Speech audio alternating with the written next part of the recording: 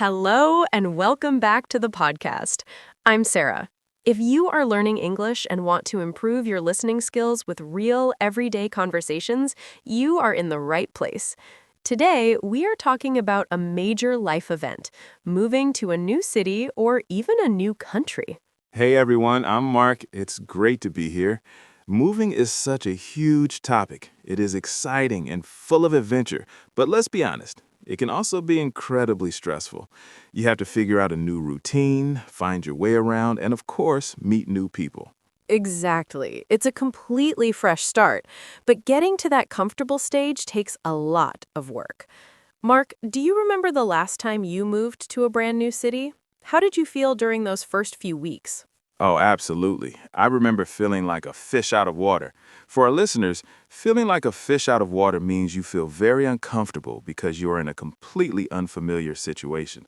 Everything was different. The streets, the grocery stores, even the local accent. That is such a good phrase. I felt the exact same way when I moved a few years ago. I think before you even worry about making friends, you have to deal with the logistics. Finding an apartment, setting up your internet, figuring out the transportation. Yes, the logistics. That can be a nightmare. There is often a lot of red tape. Red tape refers to all the official rules, paperwork, and processes that can slow things down. When I moved, just opening a bank account involved so much red tape. I completely understand. You really have to learn the ropes quickly. When you learn the ropes, it means you are learning how a particular system or process works, and it takes a lot of patience. It really does. So, Sarah, once you got through the red tape and unpacked your boxes, what was your strategy for settling in? Did you have a specific plan or did you just go with the flow? I tried to be proactive. The first thing I did was explore my immediate neighborhood on foot. I highly recommend this. Walking around helps you get your bearings. That means to figure out exactly where you are and understand your surroundings. That's a great tip. Getting your bearings is much easier when you aren't rushing past everything in a car or a bus. Exactly. I found a local coffee shop and I made it a point to go there every single morning. Becoming a regular at a cafe or a local shop is a fantastic way to feel grounded. The staff starts to recognize you, they say hello, and suddenly the big, scary city feels a little bit smaller. I love that idea. Establishing a routine gives you a sense of control when everything else around you is new and chaotic. But let's talk about the elephant in the room, making friends. That is usually the biggest challenge for adults. It really is. Making friends as an adult is tough. When we are in school or university, we're naturally surrounded by people our own age. But in a new city, you have to put yourself out there. You have to make an active effort to be social. For me, joining a local sports club was a game changer. When you join a club or a class, you immediately have something in common with the people there. It breaks the ice. Yes, breaking the ice is so important. It just means starting a conversation in a friendly way to relieve tension or awkwardness. If you're playing a sport or taking a cooking class, the activity itself breaks the ice for you. You don't have to force small talk. Exactly. You already have a topic to discuss.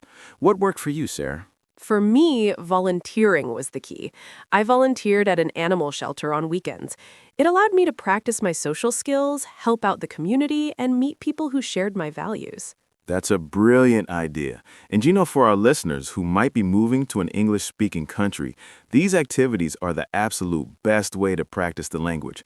You are forced to listen and speak in real-life situations outside of a classroom. Completely agree. And speaking of moving to a new country, we have to talk about feeling homesick. Ah, yes, being homesick. That feeling of sadness or anxiety because you miss your home, your family, or even just the food from your own country. It happens to almost everyone. It does, and it is completely normal. I remember missing my favorite bakery from my hometown so much. The best way to cure homesickness is to stay connected with your family through video calls, but also to invite new friends over to share your culture. I actually cooked a traditional meal for some new friends, and it made me feel so much better. That's a wonderful way to blend your old life with your new life.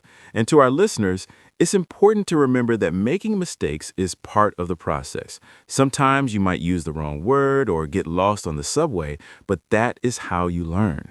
Patience is key. It usually takes about 6 months to truly feel settled in a new place.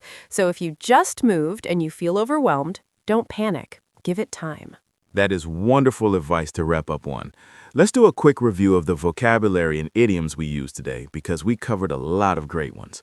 First, we talked about feeling like a fish out of water, which means feeling out of place. We also mentioned red tape, which refers to annoying official rules and paperwork, and learning the ropes, meaning to learn how a new system works. Then there was getting your bearings, which is figuring out your location and surroundings. We also talked about putting yourself out there, meaning to actively try to meet people, and breaking the ice, which is doing or saying something to make people feel relaxed. And finally, feeling homesick, which is that sad feeling when you miss your home. Fantastic words to add to your vocabulary list. Well, that is all the time we have for today. Thank you so much for listening. If you enjoyed this conversation, please subscribe to our channel and leave a comment below. Tell us, have you ever moved to a new city? How did you handle the red tape? We can't wait to read your stories. Keep practicing your English, and we'll see you in the next episode. Bye. Bye, everyone.